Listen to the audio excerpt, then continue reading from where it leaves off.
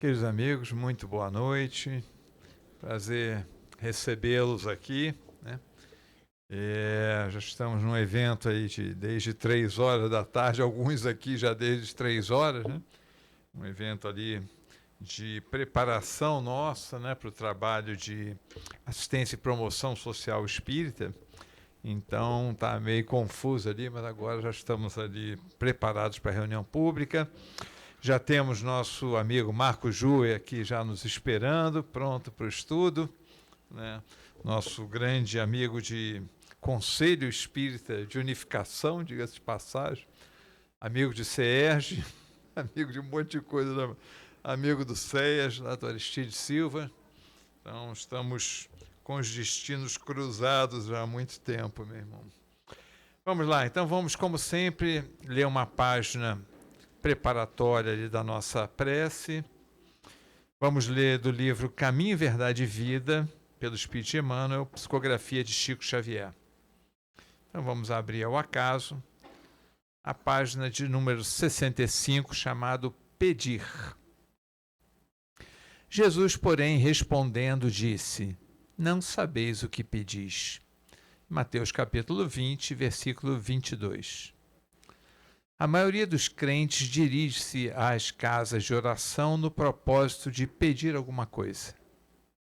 Raros os que aí comparecem na verdadeira atitude dos filhos de Deus, interessados nos sublimes desejos do Senhor quanto à melhoria de conhecimentos, à renovação de valores íntimos, ao aproveitamento espiritual das oportunidades recebidas de mais alto. A rigor, os homens deviam reconhecer nos templos o lugar sagrado do Altíssimo, onde deveriam aprender a fraternidade, o amor, a cooperação no seu programa divino. Quase todos, porém, preferem o ato de insistir, de teimar, de se imporem ao paternal carinho de Deus, no sentido de lhe subornarem o poder infinito. Pedinchões inveterados abandonam, na maior parte das vezes, o traçado reto de suas vidas em virtude da rebeldia suprema das relações com o Pai, tanto reclamam que lhes é concedida a experiência desejada. Sobrevêm desastres, surgem as dores, em seguida aparece o tédio, que é sempre filho da incompreensão dos nossos deveres.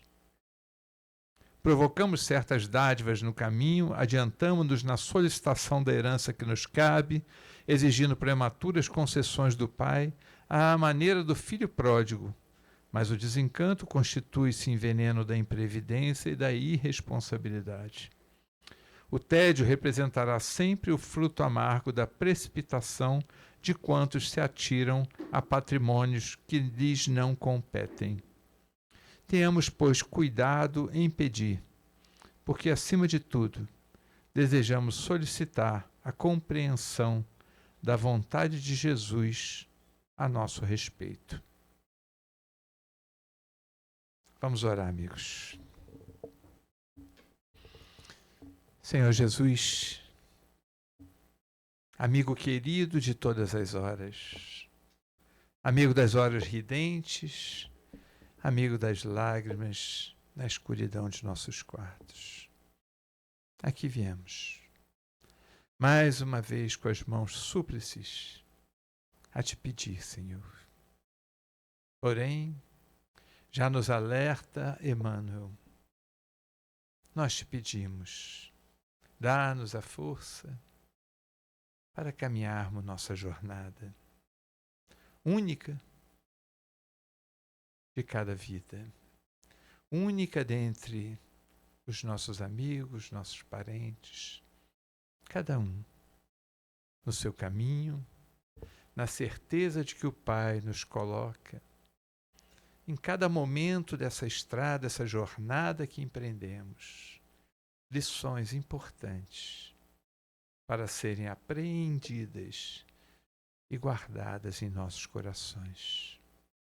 Por isso te rogamos, querido Mestre, dá-nos a sabedoria de discernir em cada obstáculo aquilo que nos fortifica para as vitórias futuras. Ensina-nos, querido amigo, a cada queda, a enxergarmos ali mais um levante e mais uma vez voltarmos a andar. Fortifica-nos nesse andar contigo. Dá-nos as mãos nos momentos de dificuldade. Carrega-nos mesmo no colo, Senhor, para que possamos estar cada dia mais próximos ao teu coração. E no dia de hoje, te rogamos a inspiração, te rogamos as palavras que calam os nossos corações na boca de nosso querido amigo Marcos, que ele possa ser o teu intérprete e os nossos ouvidos, o seu coração. Fica conosco agora e sempre, que assim seja. Queridos amigos, Marcos, por favor.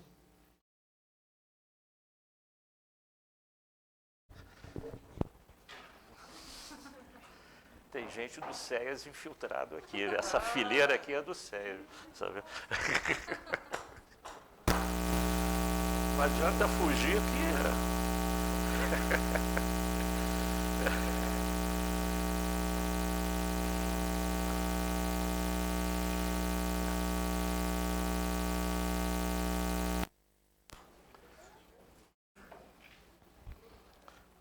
Ok, né? Então, boa noite a todos. Sempre um prazer revê-los. É a nossa casa co-irmã, né? Como sempre, né? E hoje com uma surpresa incrível de ver amigos de 40 anos aqui nessa casa aqui, inclusive o nosso professor Edivaldo, né? Eu acho que ele nem me reconheceu porque não estava bem, ele estava aí no cantinho, não estava bem. Mas o Edivaldo, quando eu era da Mocidade Espírita, das primeiras Comerges, pena que o Edson Wilson não estava aí, da nossa época de Comerge, lá no Instituto de Educação, ele já era o diretor da área social do SERJ. Então, isso já tem mais de 40 anos, né? E eu vejo ele aqui, reencontrando ele, mas espero que ele já esteja melhor, né? Porque, segundo o próprio Rodrigo, outro amigo de Mocidade Espírita que estava aqui, me falou que ele teve um dia de muitas emoções, né? E que ele receba todas as nossas vibrações, né? Que os mentores da casa estão dando a ele para um pronto restabelecimento. Mas fiquei muito feliz de revê-lo aqui. Bom, amigos, o tema que nos traz hoje aqui, eu estou na frente de vocês, né? Não tem como fazer diferente, né? Vai ser sobre uma passagem em Lucas, capítulo 9 do Novo Testamento, versículo 23, que é até difícil da gente compreender, mas nós vamos tentar trazer à luz da doutrina espírita essa informação que Lucas nos dá, 9:23, que também está, para o lado, né? Está também em Mateus e também está em Marcos, Mateus 16 e Marcos 8. A mesma coisa, a contextualização é bem semelhante. Quem quiser vir após mim, negue a si mesmo, tome a sua cruz e siga. É forte isso, né? Por isso que eu vou começar o nosso estudo, que não é uma palestra, com uma provocação. Como entender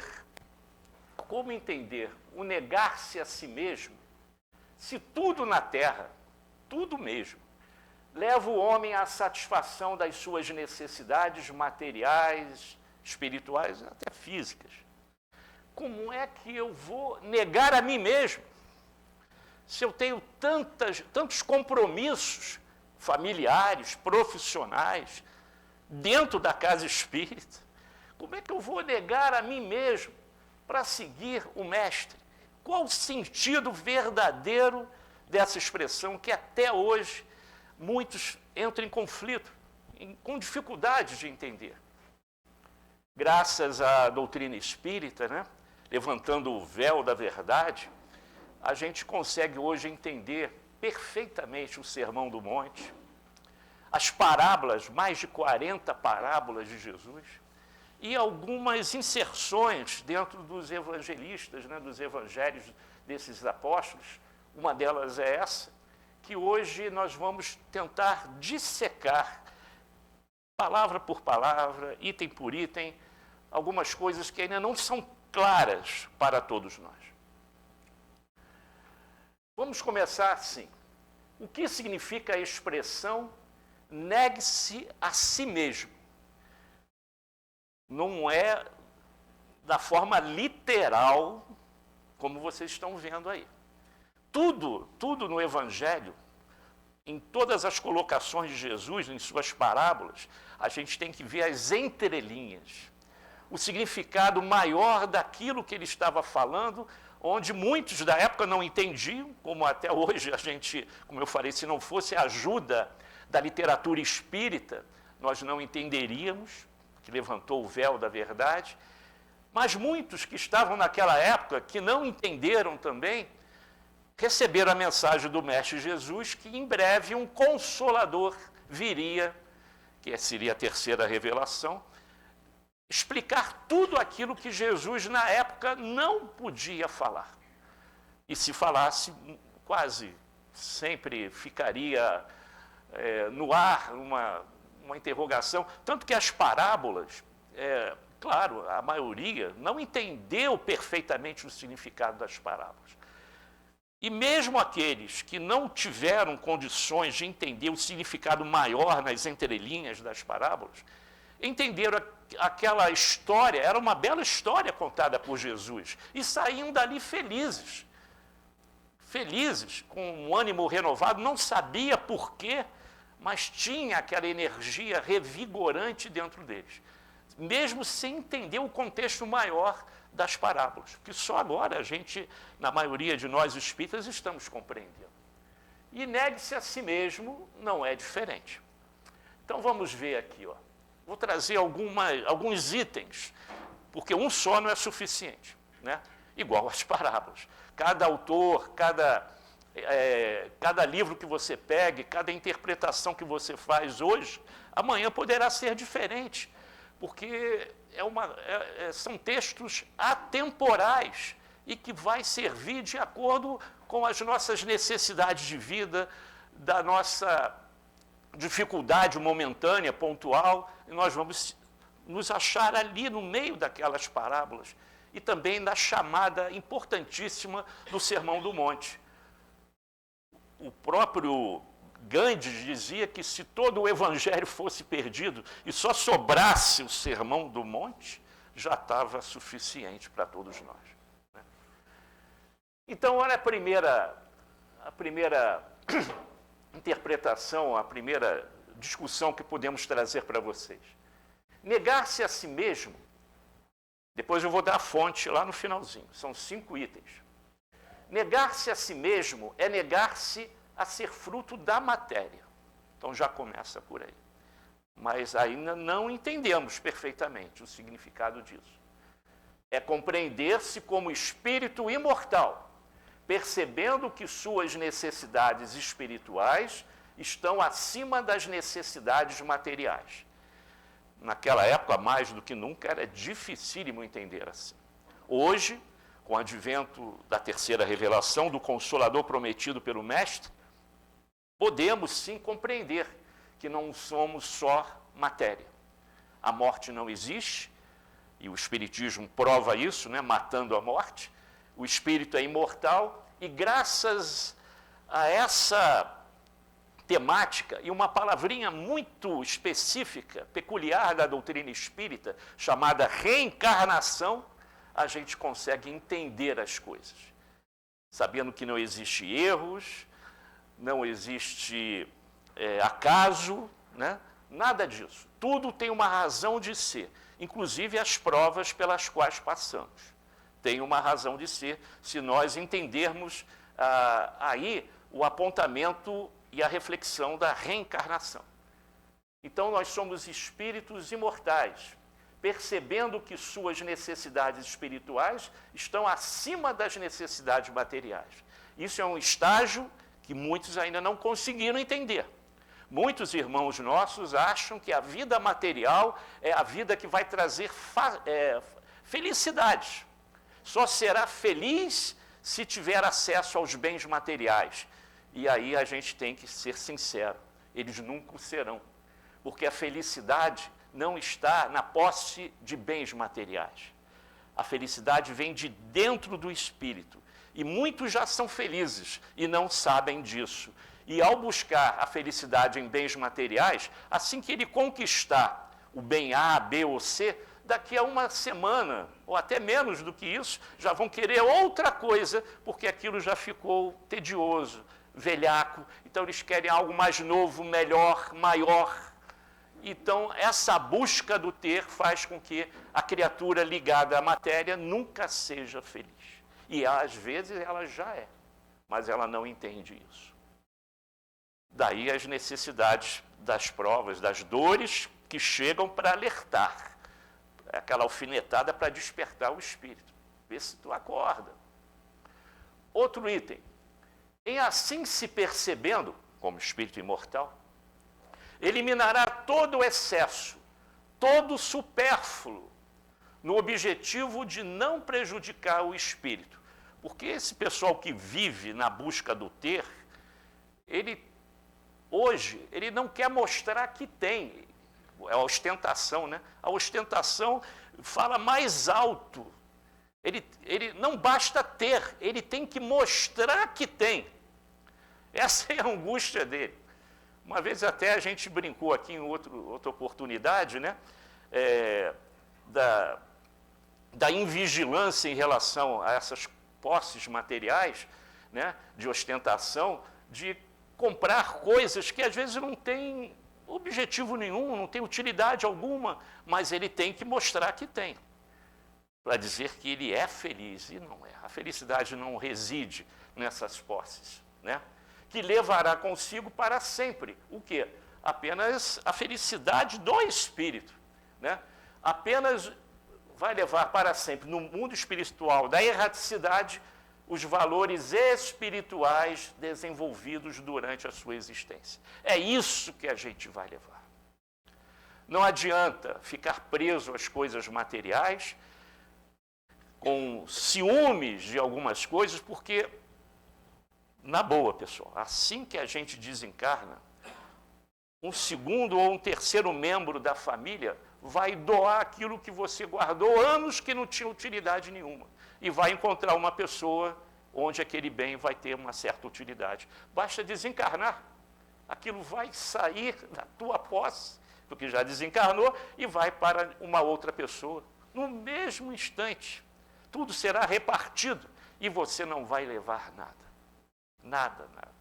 Só aquilo que você plantou no teu coração com amor, fazendo bem ao próximo.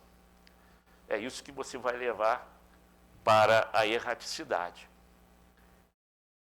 Continuando na letra C. Tomar a sua cruz é aceitar a lei de causa e efeito. Já é uma outra interpretação, veja. Fruto da inteligência suprema, que não condena ninguém. Deus não condena ninguém. A nossa consciência é que pede reforma íntima. Se existe inferno, que a gente sabe que não existe, é o da nossa consciência. Na erraticidade, sofrendo por as oportunidades que tivemos e não aproveitamos para realizar o bem. E aquilo nos aflige terrivelmente. Por isso que muitos pedem imediatamente para reencarnar. Eu preciso voltar, eu tenho que consertar isso, aquilo, porque a vergonha de estar no mundo espiritual, na verdadeira pátria, no mundo espiritual, com o seu perispírito desnudado, basta ter um espírito da hierarquia espiritual igual à sua, ou mais elevado, que ele olha para o teu perispírito e sabe quem você é. Você não precisa falar nada. Esses espíritos de uma hierarquia maior, olha para nós e vê quem é o Marco Júnior. Não adianta mentir, falar em verdade, porque você está desnudado. Essa é a vergonha maior. E por isso que a gente pede, não, eu tenho que voltar, eu tenho que tentar refazer isso, porque Deus não castiga, Deus é Pai de amor. E foi isso que Jesus nos revelou quando esteve aqui, mostrando um Deus diferente de Moisés, que era um Deus próprio para aquela época, para um povo que viveu mais de 400 anos aprisionado no povo egípcio, depois se vê liberto, Moisés tinha que usar uma estratégia, e usou, usando um Deus que é igual àqueles que vocês leram lá no Velho Testamento, chegando a ser até vingativo, um Deus vingativo, um Deus que mandava matar, para não deixar prisioneiros caso o povo hebreu vencesse uma batalha, conquistasse novas terras. Está lá escrito lá no Levítico, livro das leis, e no Deuteronômio também, no 5º livro de Moisés. Não deixe prisioneiros, mate todos. Gente, que Deus é esse? E os castigos da lei de Talião, do olho por olho, dente por dente. Era um Deus terrível.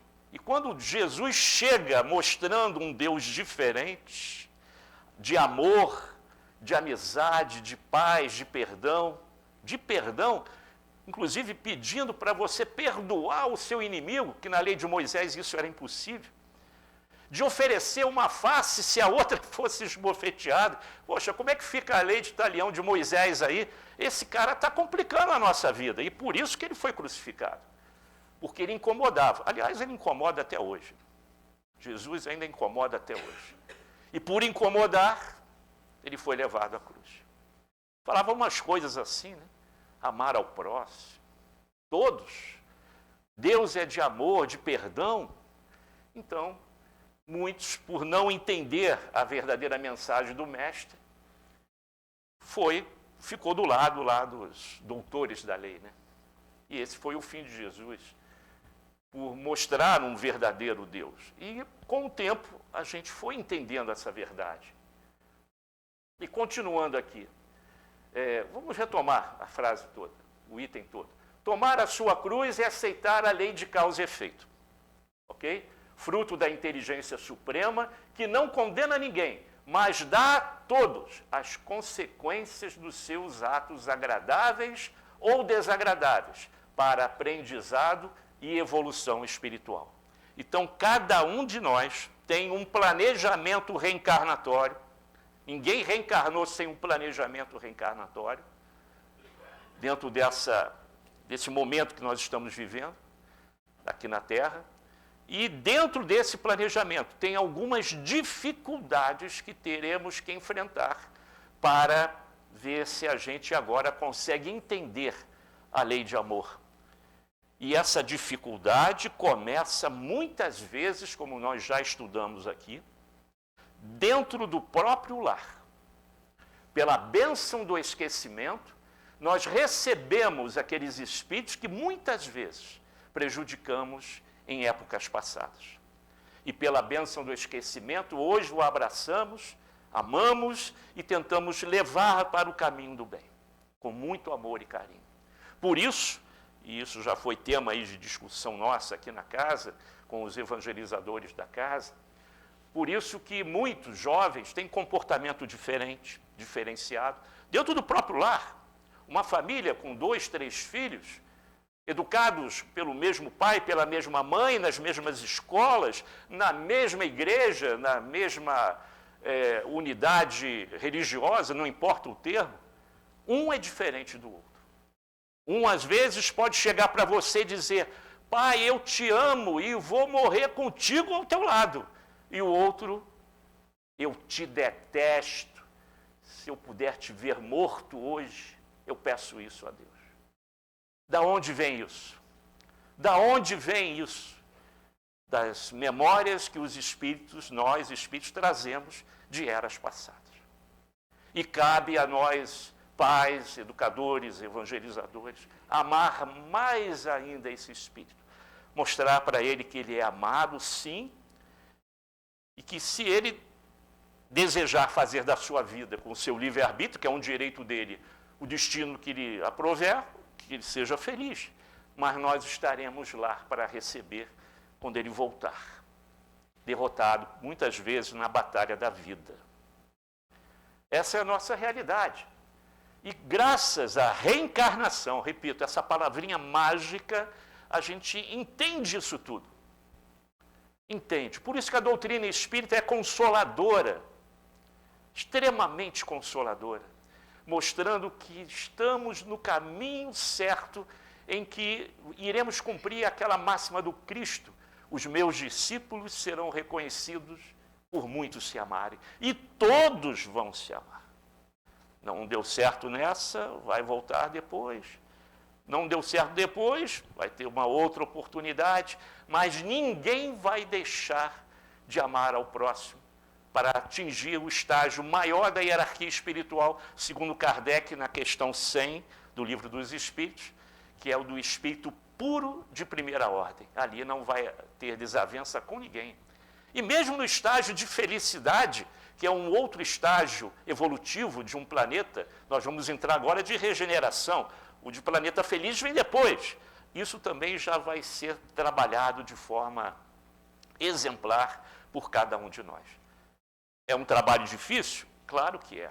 Educar dá trabalho, sim. E isso a gente tem que começar dentro do lar. E não terceirizar a escola ou a evangelização da casa espírita, esse dever, que começa dentro do lar, função dos pais. Ali está a primeira escola, a primeira casa espírita, que é a nossa casa. É ali que ele deve ser educado com carinho e amor. Na letra D, não se revoltar, não se lamentar, enfrentando as vicissitudes com coragem, confiança em Deus e em si, sabendo que colhe o que plantou, favorecendo sua caminhada em direção à meta entendida e aceita. De vez em quando a gente vê por aí, principalmente na rua, a gente chegou no fundo do poço. Para onde nós iremos? Olha onde nós estamos.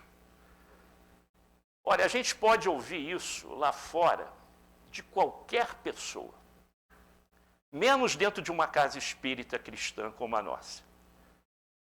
A não ser, eu vou entender perfeitamente, que o nosso irmão ou a nossa irmã perdeu a fé em Jesus. Não acredita mais em Deus. Aí eu aceito. Mas se aqui dentro ele é um espírito espírita cristão, ele tem que entender que Jesus está ao nosso lado. E nunca atravessamos uma prova sozinho. Sempre temos a companhia do nosso amigo mentor espiritual, anjo guardião, o nome que vocês queiram dar, e de uma falange de amigos, de entes queridos que já nos antecederam à pátria espiritual, que estarão velando por nós, querendo o nosso bem. Então, não se revolte. A prova é difícil. Quando vocês iam, alguns tiveram essa oportunidade de conhecer o Chico lá em Uberaba, e ficaram olhando ele recebendo aquelas pessoas, uma fila interminável, que acabava de madrugada, e ele tinha que acordar 6 horas para ir para o trabalho, só dormia 2 horinhas, quando muito. E aquelas pessoas iam lá falar com ele, e o Chico ouvia mais do que falava. Ouvia, sempre dificuldades, provas difíceis, desencarne de entes queridos. E quando a prova era própria, relatando as suas dores, seus sofrimentos, suas expiações, o Chico sempre dizia que podia ser muito pior. Muito pior. Pela bênção do esquecimento, que a gente não lembra, graças a Deus, não sabemos de nada das nossas vidas pretéritas, porque se a gente soubesse, a gente nem teria coragem de sair de casa e botar o pé na calçada. E se a gente mora num planeta como esse, de provas e expiações, ainda em fase de transição planetária para a regeneração, boa coisa a gente não fez lá atrás. Senão nós não estaríamos num planeta como esse. Então é bom esquecer mesmo. Então, quando as pessoas iam lá reclamar com o Chico da sua dificuldade de viver, o Chico dizia somente isso: podia ser pior. Ficava 30 minutos ouvindo aquela criatura para só dizer isso. Claro, umas palavras de conforto, mas podia ser pior sim. Podia ser muito pior. Por isso que Emmanuel pede para que a gente agradeça sempre. Na alegria, na dificuldade, na dor. Agradeça sempre, porque podia ser diferente e poderia ser até pior. Agradeça sempre. E, finalizando, seguir Jesus é estudar seus ensinos, compreendê-los o melhor possível, trazê-los para a vivência cotidiana, praticá-los, esforçando-se o máximo para tal, porque Jesus é o caminho, verdade e a vida. Receitinha de bolo, mas nós fazemos isso? Não. Seguir Jesus é estudar. Ah, isso o espírita faz muito. Sabe até de qual os versículos, né, as passagens. Mas será que traz para a vivência cotidiana, praticando do jeito que ele nos aconselhou? Esse é o grande desafio. E por isso que a gente está reencarnando. Não sei quantas encarnações vocês já tiveram, foram dezenas, e vão ter outras tantas, até compreender isso aí. Até a gente conseguir começar a dar o primeiro passo nos ensinamentos do Mestre Jesus. E isso, repito, começa dentro do lar. Os nossos pequenos membros da nova era, que já estão dentro da nossa casa, né? Pessoal da nova era, ou da era nova, depende da tradução lá do teu evangelho, essa garotada do terceiro milênio já está lá. Então, a gente tem que começar a dar o exemplo para que eles possam nos seguir. Esse material todo, ele foi pesquisado lá no manualzinho que eu recebi no Centro Espírita Batuíra. Hoje, você encontra isso na internet, da Leda Rezende, Leda Ebner, né? E ela traz vários itens que falam sobre como seguir Jesus, né? E seguir Jesus não é andar atrás dele, não. Isso ele vai, outros vão falar isso aqui. Ah, eu estou seguindo Jesus, ele está na frente. Os apóstolos faziam isso, pessoal. Os apóstolos seguiam Jesus, literalmente. Seguiam Jesus. Mas será que eles faziam isso também? É isso que a gente vai ver agora aqui. Esse é o grande desafio. Porque tudo o que a gente tem que saber já está aí. O negócio é colocar em prática. Esse é o grande desafio. Um dos maiores, né? Aí vem essa parte importante aqui, que eu coloco para vocês. Alguns itens importantes que a gente pode tirar da Ebner, né?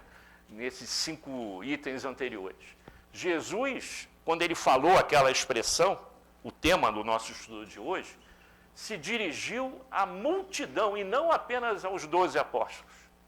Ele falou para todo mundo. O que Mateus, Marcos e Lucas registraram no seu evangelho, não foi só para eles, foi para aquela multidão que cercava Jesus. Pois todos precisavam ouvir essas palavras, para saber que eles também poderiam mudar a sua forma de viver. Aquele homem velho que nos persegue, né, com a intolerância, com o egoísmo, com a inveja, deixar ele de lado definitivamente. Esse é o grande desafio. Jesus utilizou como base o fato de que, frequentemente, ele, como ele era seguido por multidões, né, deixar bem claro que andar literalmente atrás dele não significa ser seu seguidor. Porque muitos achavam que eram seguidores de Jesus. Onde Jesus ia, eles iam, repetiam o que Jesus falava, mas não praticava o que falava. Até os 12 apóstolos. Vocês sabem o fim que levaram os 12 apóstolos. Só um não morreu de forma trágica, que foi João, que levou Maria com ele,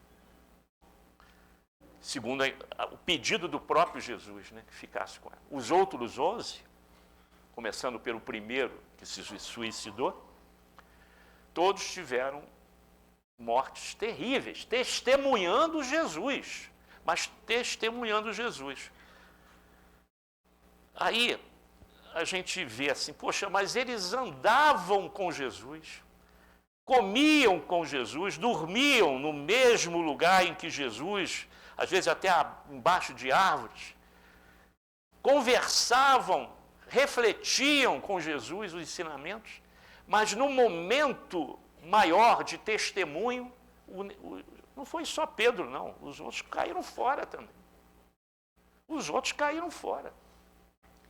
Mas depois, como diz a garotada, que a ficha caiu, que eles entenderam o porquê de serem verdadeiros apóstolos, seguidores, a expressão maior da palavra de Jesus, aí eles voltaram para a cena.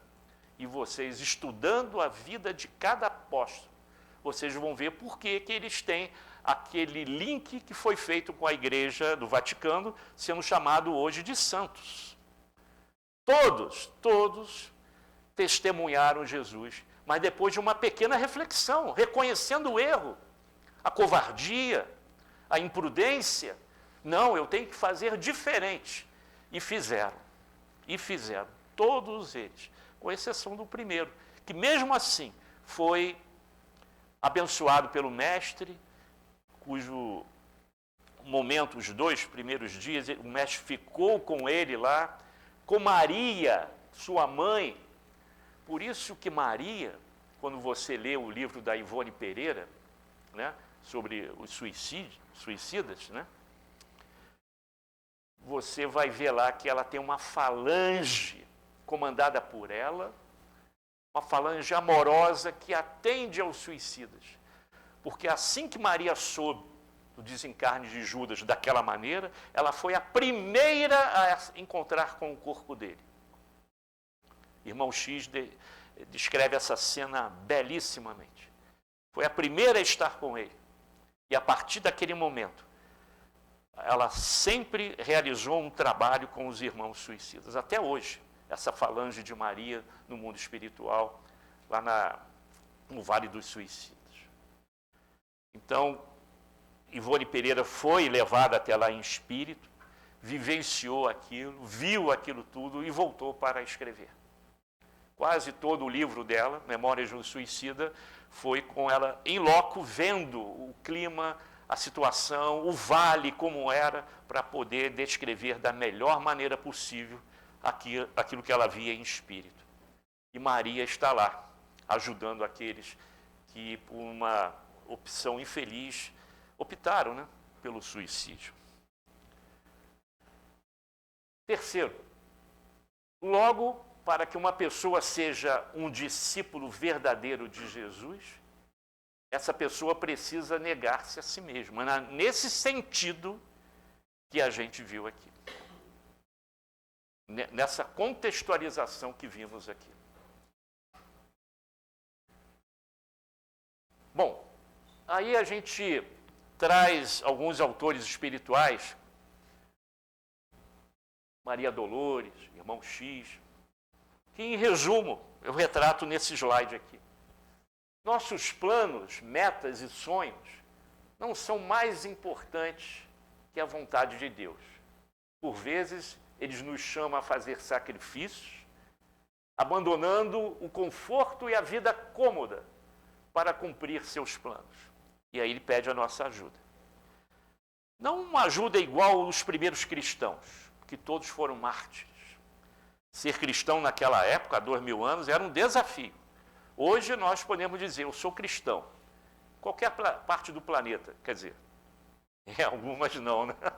Em algumas não. A gente sabe que ainda há certos problemas sérios em se dizer cristão. Mas, em geral, não é mais como naquela época. Ser cristão hoje, você tem uma proposta diferente daquela época. Aliás, relendo o livro 50 anos depois, Ave Cristo, quando a gente vê demonstrado por Emmanuel, aqueles homens humildes, cristãos primitivos mesmo daquela época, onde levantava a palavra do Mestre, do seu Evangelho, quando eram levados para a arena romana, para serem realmente trucidados ali por leões, tigres, ou serem colocados num poste para servir de iluminação noturna, banhados por betume, né, para ser iluminados durante aos shows do Coliseu noturno. Segundo Emmanuel, milésimos de segundo antes do leão entrar lá na jugular lá do cristão, eles eram retirados do corpo. E segundo Emmanuel, ele afirma que eles não sentiram a dor da morte trucidante. Foram retirados milésimos de segundo antes da sua morte. Emmanuel diz isso. E muitas vezes, em épocas atuais, muitos cristãos também se dedicam totalmente ao Mestre. Nós temos vários ícones, não só na doutrina, Madre Teresa, Irmã Dulce, o próprio Chico, que quando ele acaba de fazer os 100 livros com Emmanuel, né, era para fazer 30, ele fez 30. Depois Emmanuel pede, vamos fazer mais 30, tá legal, mais 30.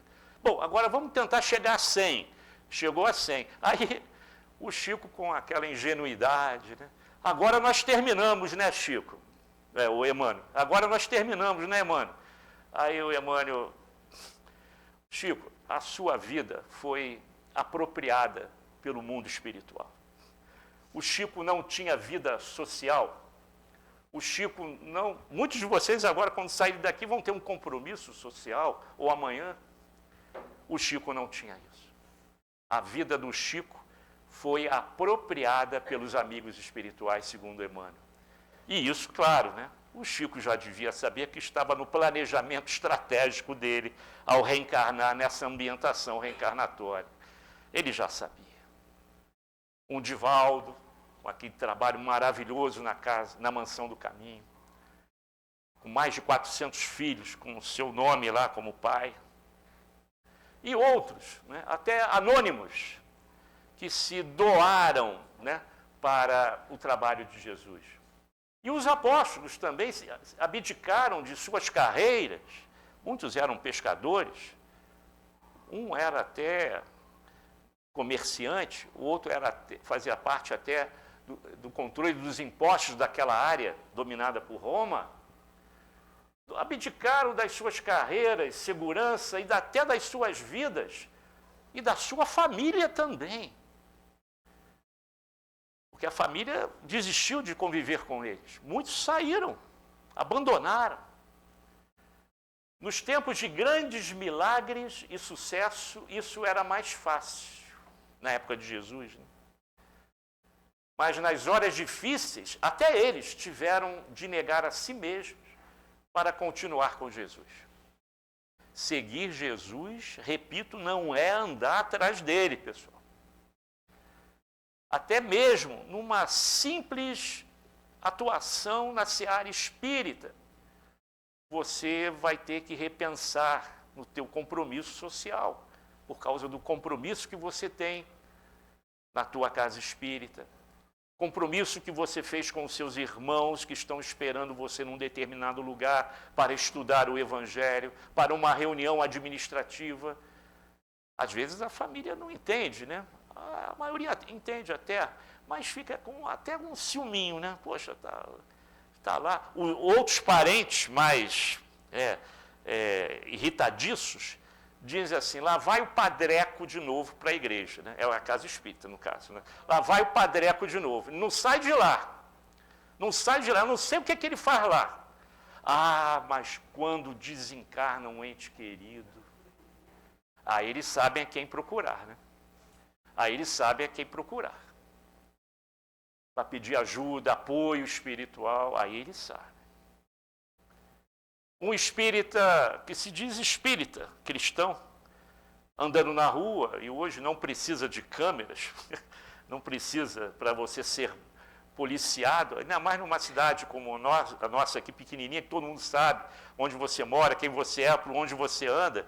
Se você der uma tropeçada feia, um monte de dedo vai aparecer na tua cara, dizendo assim, mas você que é espírita, opa, então ele já sabe que eu sou, né? Estou sendo monitorado por esses aí.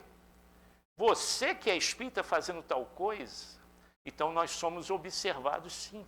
Daí a nossa conduta ser também um exemplo. Aliás, era isso que os amigos espirituais diziam, né?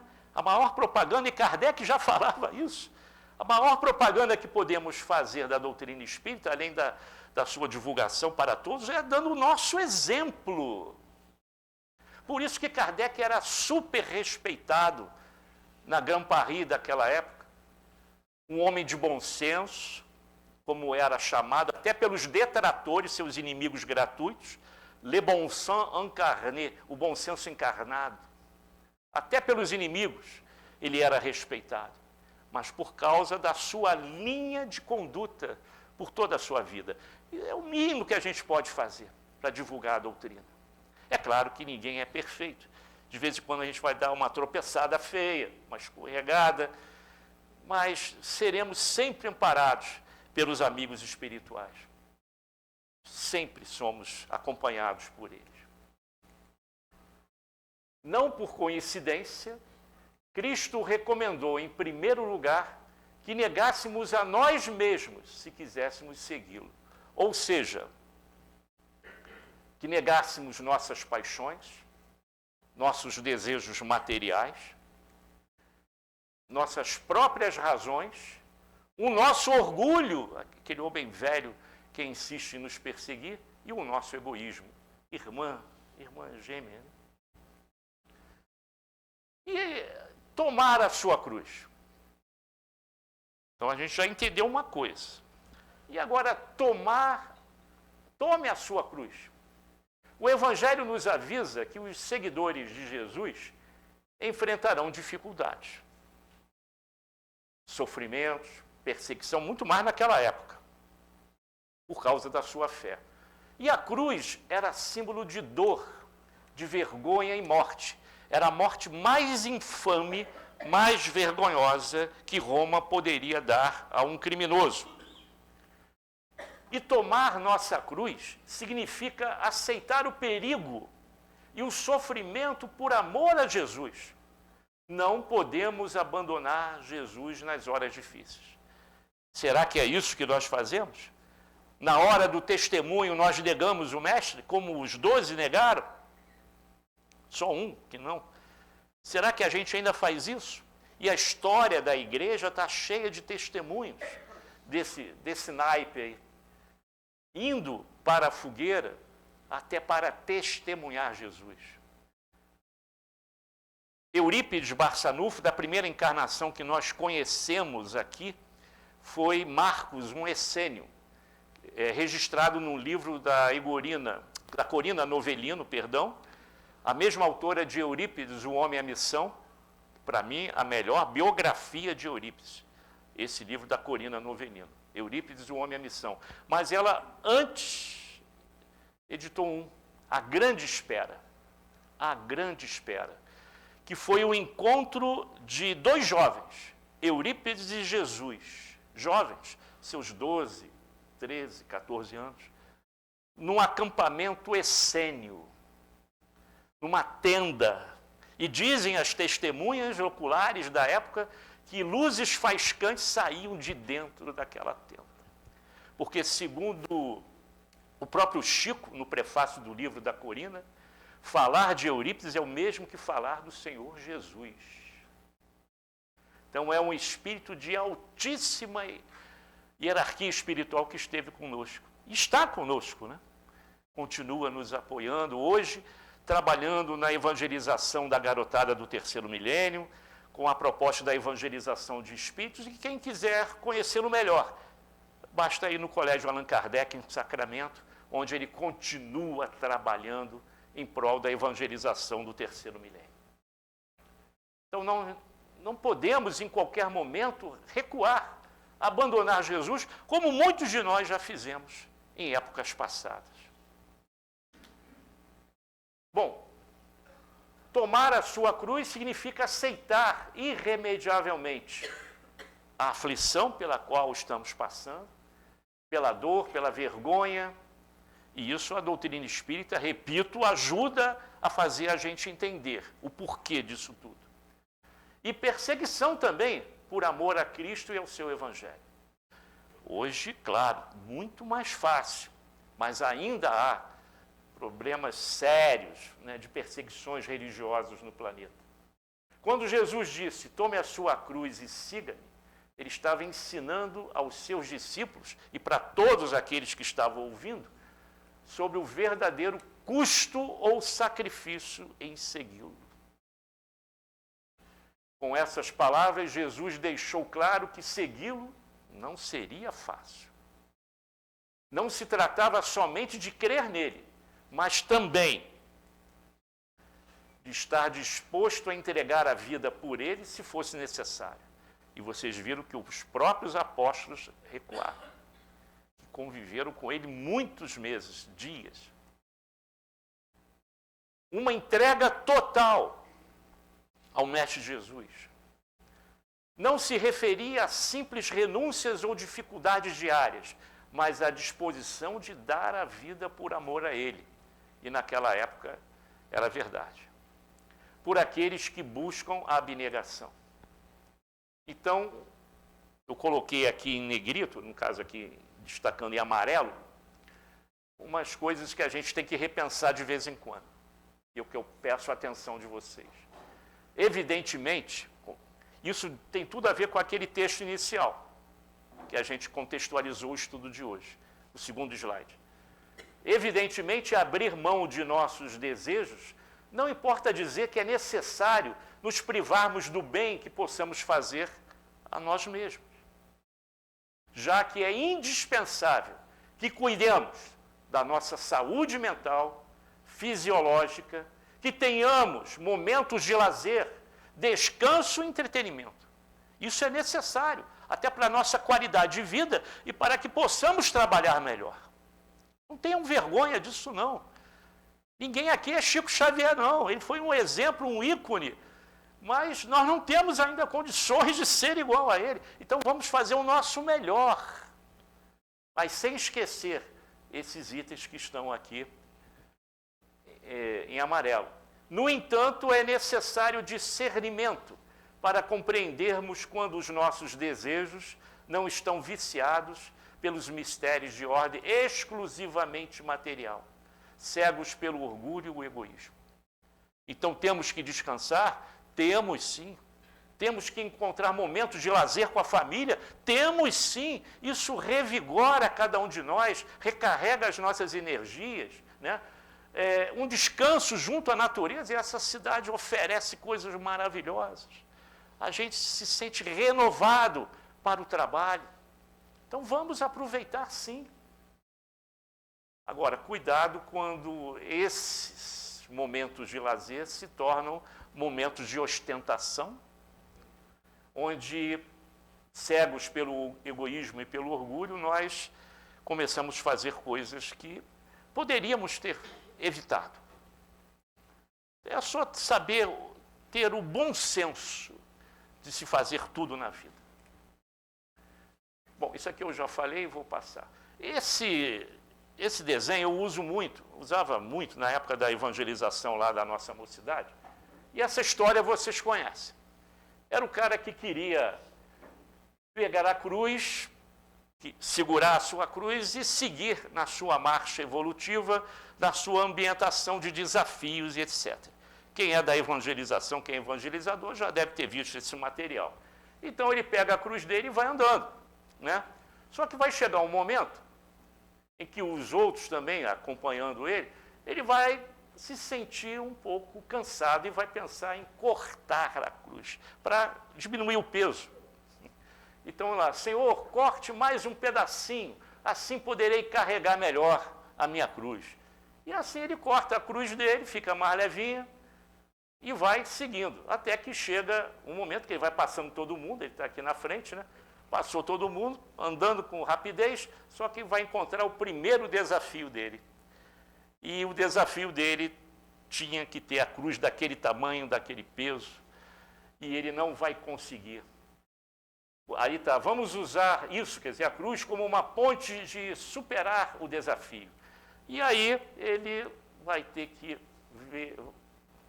experimentar, ver que não vai dar certo, voltar tudo para recomeçar.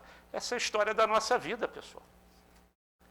Resumidamente, isso aqui é a história da nossa vida. E quando nós recebemos uma cruz para carregar, que todo mundo tem a sua, cada um sabe qual é a sua cruz a carregar, está no peso certinho. Certinho. Olha o que o Chico dizia, hein? Podia ser até pior. Mas no momento é o peso certo. Mas a gente é que nem criança, né? Emmanuel tem razão. Somos crianças espirituais. Reclama de tudo, reclama de Deus, do sofrimento. Não está me vendo aqui como se você fosse a única criatura do planeta Terra. Como criança espiritual, vai reclamar sempre, mas o planejamento é feito com a ajuda sua e do teu mentor, do teu amigo espiritual. Tudo que é aprovado ali, você disse, ok, eu vou realizar. E tem uma outra máxima do Cristo. Ninguém carrega um fardo maior do que pode suportar. Então tenha certeza, por maior que seja a dor, a prova que você esteja passando, a tua fé poderá superar isso tudo. Porque se você não tivesse condições morais ou espirituais para suportá-la, não teria aquela prova, ficaria para frente quando você tivesse condições para tal. Por isso, podemos fazer as nossas 3 conclusões finais. Carreguemos, portanto, a nossa cruz com coragem e determinação. Que possamos abrir mão das coisas que serviriam apenas para a nossa satisfação em detrimento do trabalho no bem e em prol do próximo. Você não vai estar perdendo tempo. Pelo contrário, você está ganhando tempo, investindo no teu progresso espiritual. Carregue a cruz com fé, com segurança, sabendo que tem gente lá ajudando a suportar. Como aquele irmão que ajudou o Cristo a carregar a sua cruz. Até o Cristo teve ajuda. Para seguir Jesus, temos que vencer a luta íntima contra as próprias imperfeições. É isso. Nós chamamos de reforma íntima. Muitos não gostam dessa expressão, porque a reforma é algo apenas exterior. Você vai fazer uma reforma no banheiro, vai trocar a tua parede por ladrilhos belíssimos, mas o encanamento ainda está enferrujado. A parte hidráulica, tudo ali, elétrica, está tudo ainda situação péssima. Mas você deu uma paisagem legal, fez uma reforminha. Muitos criticam essa expressão. Mas quem fala isso é Emmanuel. Poxa, se Emmanuel fala reforma íntima, eu vou falar também, né? Para seguir Jesus, temos que vencer a luta íntima contra as próprias imperfeições, com destaque ao egoísmo, ao orgulho. Olha o homem velho aí, que sempre nos persegue. A vaidade, ao ódio, o rancor, e aos inúmeros ressentimentos, dentre outras tantas. Quanta coisa a gente tem que acertar. E para finalizar, para seguir o Cristo, devemos tomar a nossa cruz diante das provações e expiações que estamos envolvidos, né? Com resignação, sem resmungar, sem jogar impropérios contra Deus, aceitando com alegria aquela oportunidade, aquele desafio, aceitando com resignação, esforço e trabalho, sempre na prática do bem. Porque fora da caridade, meus irmãos, não há salvação, e não há mesmo, e não há mesmo. Muita paz a todos e até uma outra oportunidade. Obrigado, pessoal.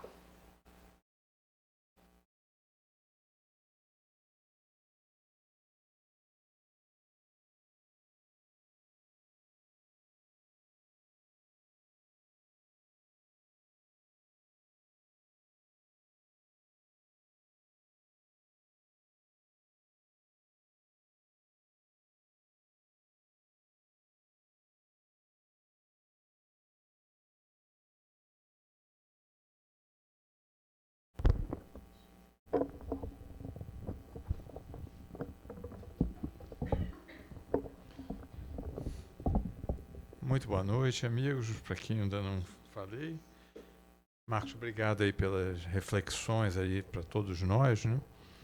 E a cruz é individual, né? Mas por vezes, quando a gente enxerga as coisas boas da vida, a cruz fica mais leve, né? Às vezes ela não precisa ser tão pesada assim, né? A gente às vezes tem uma impressão, né, de que eu tenho que carregar essa cruz, mas a cruz, ela, quando a gente começa a ver as coisas boas da vida, né, a cruz vai ficando mais leve, mais leve.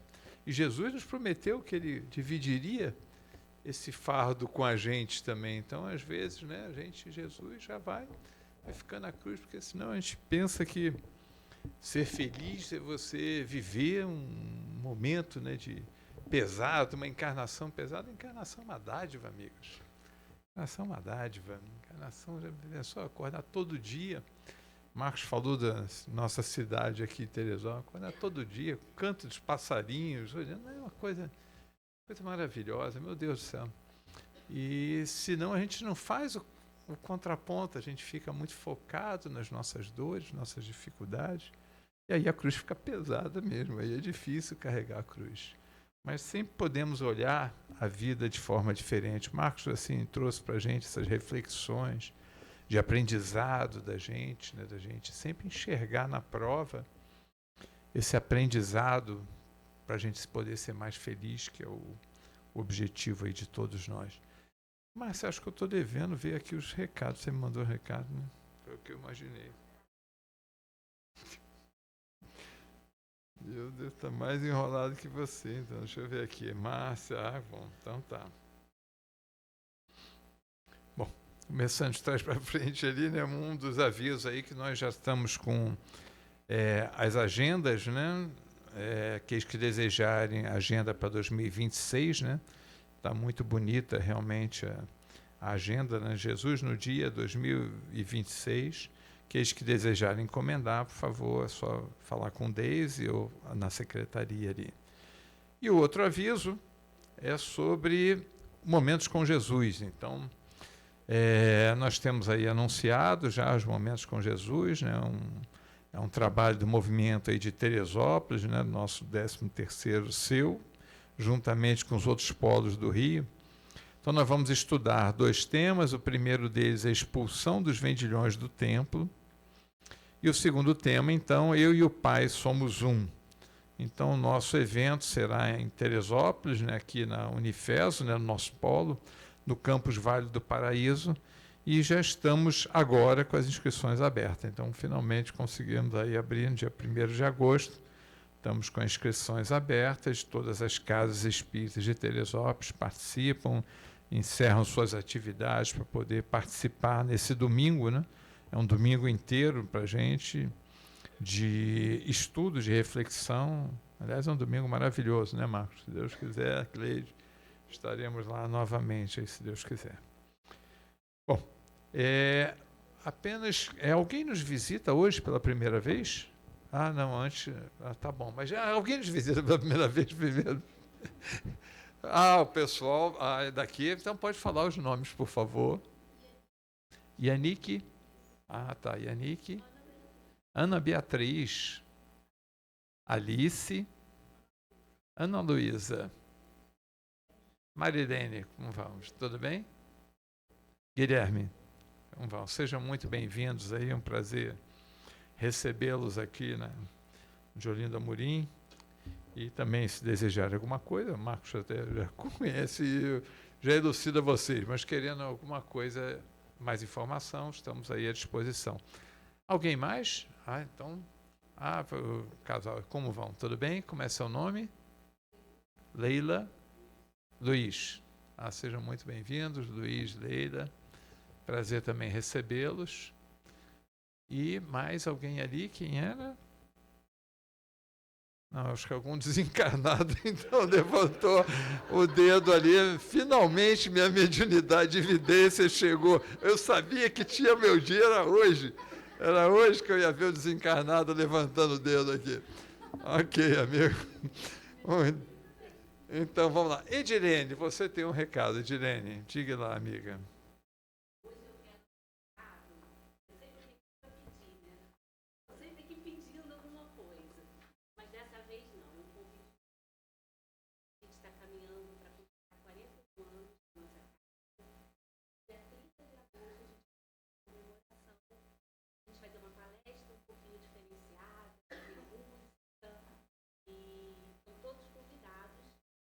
Chegarem por volta das 8 horas, porque nesse mesmo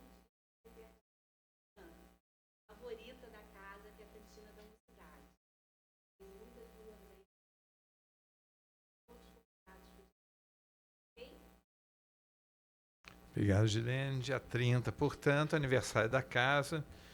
Temos uma palestrante que virá aqui, que é a Raquel Crispino, né? E dia de festa, dia de bolo, não como muito, dia de bolo, cantina. É o dia aí para a gente se divertir e comemorar, tá?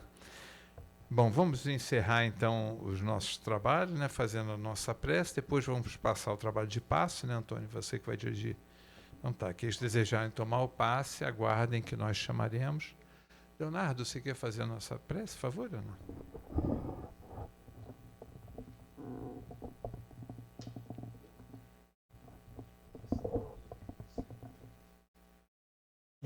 Muito boa noite a todos. Vamos orar. Senhor Jesus, Mestre amado, Deus, Criador de todos nós, de todas as coisas, elevamos agora o pensamento a Ti para agradecer os ensinos da noite de hoje, a Tua boa nova, o Teu Evangelho, aclarado à luz da interpretação do Espírito da Verdade.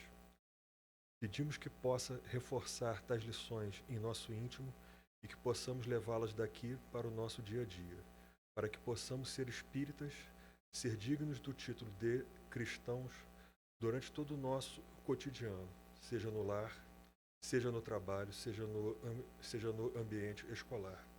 Agradecemos de coração o teto que nos acolhe, o pão que não falta à nossa mesa e o trabalho com o qual ganhamos o nosso sustento digno.